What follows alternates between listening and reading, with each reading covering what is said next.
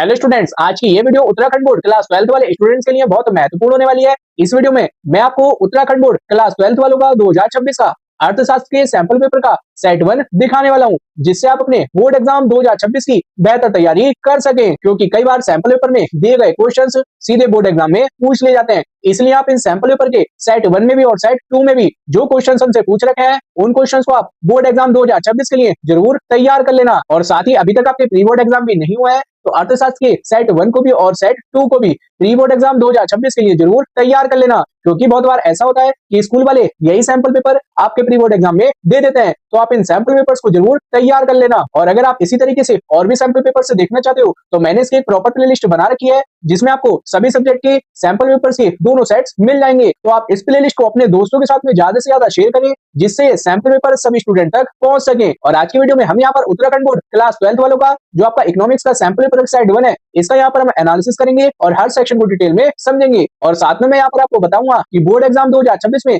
आपका किस तरीके का पेपर आने वाला है। तो वीडियो को बिल्कुल भी स्किप मत करना, वीडियो को अंत तक देखना, जिससे आपकी तैयारी 100% हो सके। लेकिन उससे पहले अगर आप हमारे चैनल पर नए हो तो सबसे पहले अगर आप चैनल को सब्सक्राइब कर ले और सबसे महत्वपूर्ण बेल आइकन को ऑल पर प्रेस कर ले, जिससे क्या है मैं जब भी इसी तरीके से और भी सैंपल पेपर्स या फिर इंपॉर्टेंट क्वेश्चंस के ऊपर वीडियो अपलोड करूं तो उसकी नोटिफिकेशन आपके पास सबसे पहले जा सके। तो हम देखते हैं इस सैंपल पेपर को। इस सैंपल पेपर में जो हमारे मोस्ट इंपोर्टेंट क्वेश्चन है 2026 के एग्जाम के लिए, वो भी मैं यहाँ पर आपको बताता रहूंगा, आप यहाँ से नोट कर लेना। और साथ ही मैं यहाँ पर आपको बहुविकल्प के क्वेश्चंस के भी सोल्यूशन बता दूंगा, उनको भी आप यहाँ से नोट कर लेना। लेकिन इससे पहले यहाँ पर आपको पेपर का पैटर्न पता होना चाहिए, और पेपर के पैटर्न में आपके इस साल कोई भी चेंजेस नहीं हुआ है तो आप किसी भी अफवाह पर बिल्कुल भी ध्यान मत देना कि आपका पेपर का पैटर्न चेंज हुआ है। आपका पुराना वाला पेपर का पैटर्न है जो आपका पिछले साल था। पिछले साल आपका पेपर का पैटर्न चेंज हुआ था तो आपको पता होना चाहिए पिछले साल आपके क्या क्या चेंजेस हुए थे। अब जिन स्टूडेंट्स को पेपर का पैटर्न भी नहीं पता है, इस वीडियो को ध्यान से देखना, आराम से आपके समझ में पेपर का पैटर्न आ जाएगा। तो यहाँ पर मैं आपको पहले पेपर का पैटर्न बता देता हूँ। इसमें आपके टोटल 28 क्वेश्चन होता है,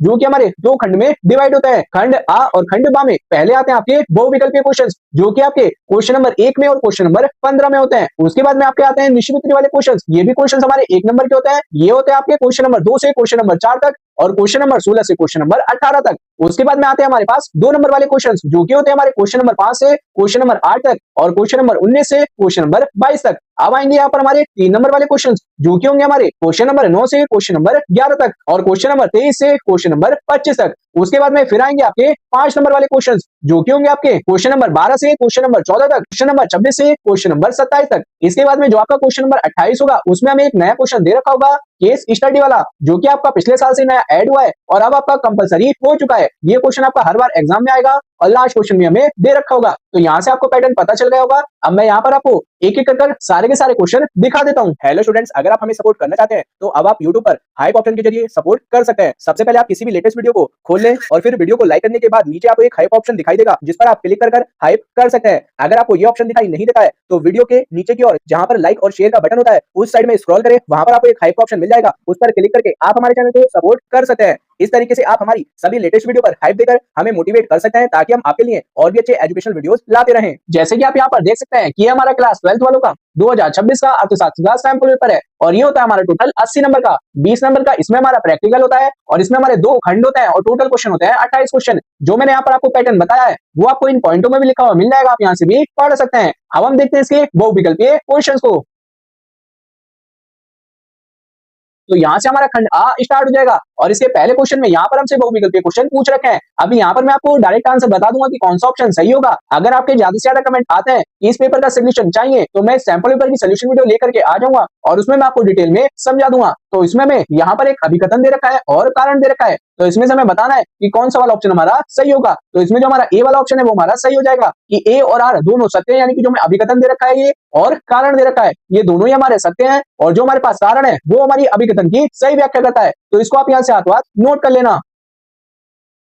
अब ये हमारा इसका दूसरा क्वेश्चन है, जिसमें हमसे यहाँ पर बोल रखा है कौन सा कथन सीमांत उपयोगिताओं के घटते नियम की सबसे अच्छी व्याख्या करता है वो हमें यहाँ पर बताना है। तो हम देख लेंगे कि इन चार ऑप्शन में से कौन सा वाला ऑप्शन हमारा सही होगा। तो इसमें जो हमें बी वाला ऑप्शन दे रखा है जिसमें हमसे बोल रखा है अधिक इकाइयों के उपयोग से सीमित उपयोगिता में कमी होती है जबकि अन्य वस्तु स्थिर रहती हैं। ये ऑप्शन हमारा सही हो जाएगा और ये आपने पढ़ भी रखा होगा। अब ऐसे ही हमारा इसका अगला क्वेश्चन है जिसमें हमसे बोल रखा है किसी उपभोक्ता के उदासीनता वक्र मानचित्र में कौन सा परिदृश्य बताता है कि दो वस्तुएं पूर्ण प्रतिस्थापन योग्य हैं, वो हमें यहाँ पर बताना है। चार ऑप्शन हमें यहाँ पर दे रखे हैं। तो इसमें जो हमारा सी वाला ऑप्शन है कि उदासीनता एक सरल सीधी रेखा होती है, ये ऑप्शन हमारा इसका आंसर हो जाएगा। तो यहाँ से आप इन क्वेश्चन के आंसर को नोट करते रहना।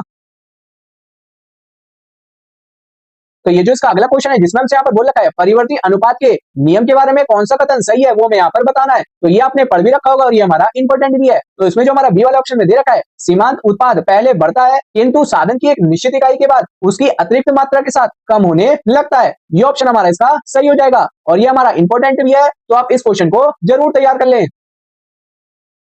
उसके बाद में ये हमारा इसका अगला क्वेश्चन है जिसमें हमसे यहाँ पर बोल रखा है बाजार संतुलन की स्थिति में होता है तो कौन सा वाला ऑप्शन हमारा सही हो जाएगा। तो इसमें जो हमारा सी वाला ऑप्शन है ये हमारा इसका आंसर होगा जब पूर्ति मांग के बराबर होती है जिससे संतुलन कीमत तय होती है, ये ऑप्शन हमारा इसका आंसर हो जाएगा। आप देखते हैं हम निश्चित वाले क्वेश्चंस को जो कि हमारे क्वेश्चन नंबर 2 से क्वेश्चन नंबर 4 तक होने वाले हैं।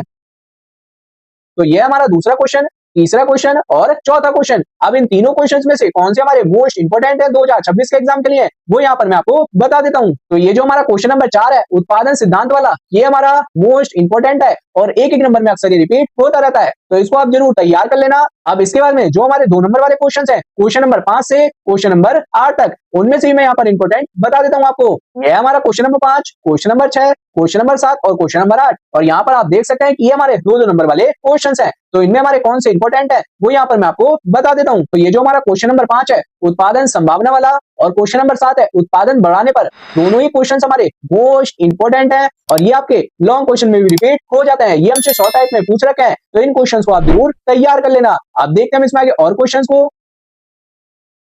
अब क्वेश्चन नंबर 9 से क्वेश्चन नंबर 11 तक ये होने वाले हमारे 3 नंबर वाले क्वेश्चन। ये हमारा क्वेश्चन नंबर 9, क्वेश्चन नंबर 10 और क्वेश्चन नंबर 11। अब इनमें हमारे कौन से मोस्ट इंपोर्टेंट है उनको भी आप यहाँ से नोट कर लेना। तो इसमें जो हमारा क्वेश्चन नंबर 9 है और क्वेश्चन नंबर 10 है, दोनों हमारे मोस्ट रिपीटेड क्वेश्चन है। लगभग हर साल ये हमारे रिपीट होते रहते हैं। कभी कभी ये क्वेश्चन हमारे 5 नंबर में भी आ जाते हैं। अगर आपके पास प्रीवियस ईयर क्वेश्चन पेपर पड़े हो तो उसमें भी आप इनको देख सकते हैं। तो इन दोनों ही क्वेश्चन को आप प्री बोर्ड एग्जाम के लिए भी जरूर तैयार कर लें। अब क्वेश्चन नंबर 12 से क्वेश्चन नंबर 14 तक ये होने वाले हमारे 5 नंबर वाले क्वेश्चंस। तो यहाँ पर मैं आपको बता देता हूँ कौन से क्वेश्चंस हमारे बोर्ड एग्जाम 2026 के लिए इंपॉर्टेंट होंगे, उनको आप यहाँ से नोट कर लेना। यह हमारे पास है क्वेश्चन नंबर 12 और इसके अथवा में भी हमें यहाँ पर एक क्वेश्चन दे रखा है। अगला है हमारे पास क्वेश्चन नंबर 13 और यहाँ पर आप देख सकते हैं कि ये हमारे 5 नंबर वाले क्वेश्चन है। अब इनमें से कौन से इंपॉर्टेंट है वो आप यहाँ पर नोट कर लें। तो ये जो हमारा क्वेश्चन नंबर 13 है अल्पकालीन लागत बकरों वाला, ये हमारा मोस्ट रिपीटेड क्वेश्चन है और ज्यादातर ये क्वेश्चन हमारा लॉन्ग क्वेश्चन में ही पूछा जाता है और इस क्वेश्चन से रिलेटेड कभी कभी हमसे शॉर्ट क्वेश्चन भी पूछ लिए जाते हैं। तो इस क्वेश्चन को आप जरूर तैयार कर लेना। इस तरीके के क्वेश्चन के एग्जाम में आने के सबसे ज्यादा चांसेस हैं, तो इस तरीके के क्वेश्चन को आप जरूर पढ़ करके जाएं। अब उसके बाद में हमारे पास है क्वेश्चन नंबर 14 और क्वेश्चन नंबर 14 में भी हमें यहाँ पर चॉइस दे रखी है और ये होने वाला है हमारा 5 नंबर का। तो ये जो हमारा इसमें पहला वाला क्वेश्चन है स्वतंत्र वाला, ये हमारा इंपॉर्टेंट है, इसको आप एक बार जरूर देख लेना। खंड बा को खंड आ में हमारे 14 ही क्वेश्चन थे।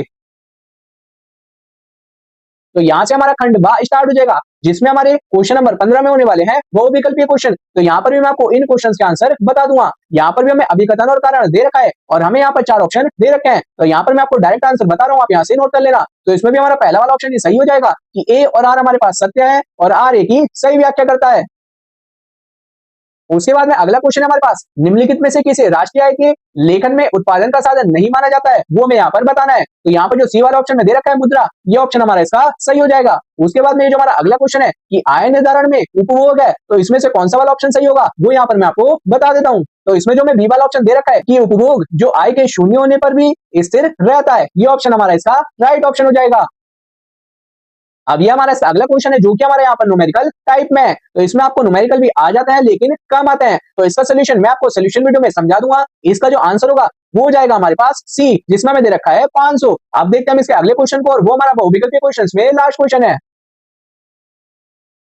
जो कि आप यहाँ पर देख सकते हैं। इसमें भी हमें यहाँ पर बताना है कि निम्नलिखित में से कौन सा कथन राजकोषीय घाटे और सार्वजनिक ऋण के संबंध अर्थशास्त्रिक दृष्टिकोण से संबंधित उपयुक्त है, ये हमें यहाँ पर बताना है। तो इसका ये जो हमें बी वाला ऑप्शन दे रखा है, ये ऑप्शन हमारा इसका आंसर हो जाएगा। ये भी क्वेश्चन हमारा आ सकता है, तो इसको भी आप जरूर तैयार कर लेना। इससे ऊपर जो न्यूमेरिकल टाइप में आया था उसको भी आप एक बार देख लेना।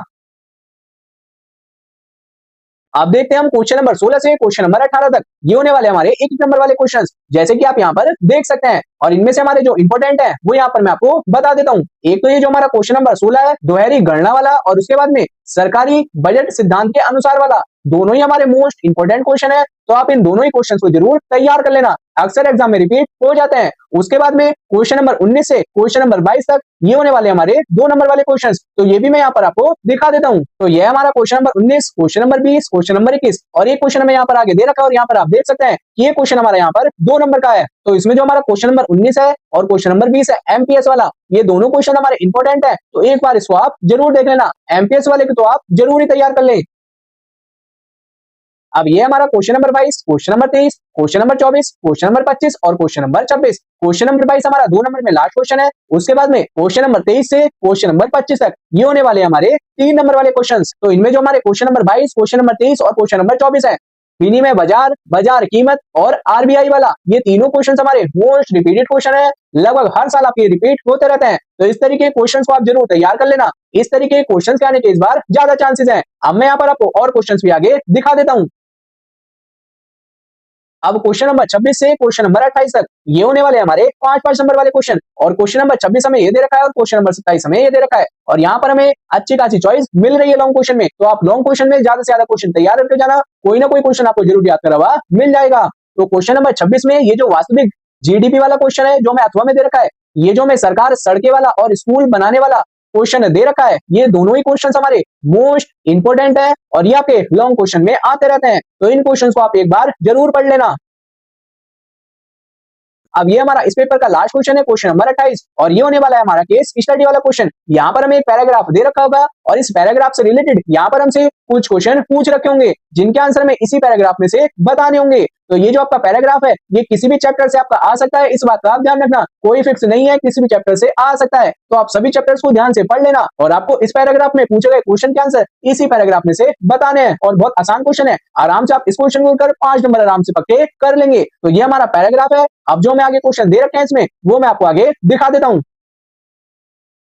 तो ये हमारा इसका पहला क्वेश्चन, दूसरा क्वेश्चन, तीसरा क्वेश्चन और चौथा क्वेश्चन। एक क्वेश्चन यहाँ पर हमारा 2 नंबर का है, बाकी सारे क्वेश्चन यहाँ पर हमारे 1-1 नंबर के हैं। तो आराम से आप यहाँ पर पैराग्राफ को ध्यान से पढ़ना, इनके आंसर को आप आराम से उनमें से ढूंढ लेंगे। और बहुत आसान होते हैं क्वेश्चन, और आराम से आप अर्थशास्त्र में स्कोर कर पाएंगे। तो यहाँ पर जो मैं अर्थशास्त्र का सैंपल पेपर दे रखा था, इसमें जो क्वेश्चन हमारे बोर्ड एग्जाम 2026 के लिए मोस्ट इंपोर्टेंट थे, और साथ ही जिन स्टूडेंट्स को पैटर्न भी नहीं पता था पहले, इस वीडियो को देखकर आपके समझ में आ गया होगा। अगर फिर भी आपको कोई डाउट हो तो आप इस वीडियो में कमेंट कर पूछ लेना। तो स्टूडेंट्स, ये था हमारा उत्तराखंड बोर्ड क्लास 12th वालों का 2026 का अर्थशास्त्र के सैंपल पेपर का सेट 1, जो कि मैं यहाँ पर आपको दिखा चुका हूँ। और उम्मीद करता हूँ कि सभी क्वेश्चन यहाँ से आपने नोट कर लिए होंगे। तो आप इन क्वेश्चंस को प्री बोर्ड एग्जाम और बोर्ड एग्जाम के लिए जरूर तैयार कर लेना। और साथ ही ये वीडियो आपके लिए थोड़ी सी भी हेल्पफुल रही हो तो वीडियो को लाइक करें और शेयर करें, और साथ में आप कमेंट कर जरूर बताएं कि नेक्स्ट आपको कौन सा सैंपल पेपर चाहिए। और इस वीडियो को अपने दोस्तों के साथ शेयर करना बिल्कुल ना भूलें। और अगर आप उत्तराखंड बोर्ड की कोई भी न्यू अपडेट्स, सैंपल पेपर्स या फिर इंपॉर्टेंट क्वेश्चन सबसे पहले पाना चाहते हो, तो सबसे पहले अगर आप चैनल को सब्सक्राइब कर लें